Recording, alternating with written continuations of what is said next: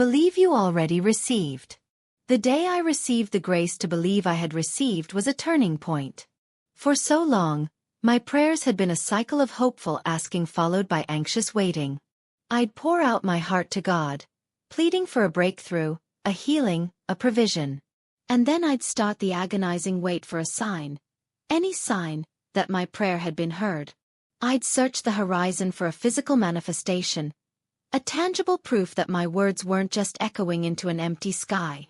My heart would race at every possibility, and then sink back into disappointment when nothing appeared. My faith felt fragile, a thin thread stretched taut between my desire and the reality I saw before me. But then the words of Jesus in Mark 11 verse 24 washed over me. You can pray for anything, and if you believe that you've received it, it will be yours. It wasn't a command to conjure up faith from my own strength. It was an invitation to receive a gift. It was the realization that I didn't need to generate the faith, but simply accept the grace that enabled it. This grace freed me from the need to see. I finally understood that God's answer was not dependent on my sight, but on His Word. It was a spiritual transaction, a divine exchange that had already taken place the moment I prayed. Suddenly, my heart was at rest, not because I saw the physical change, but because I had accepted the spiritual one.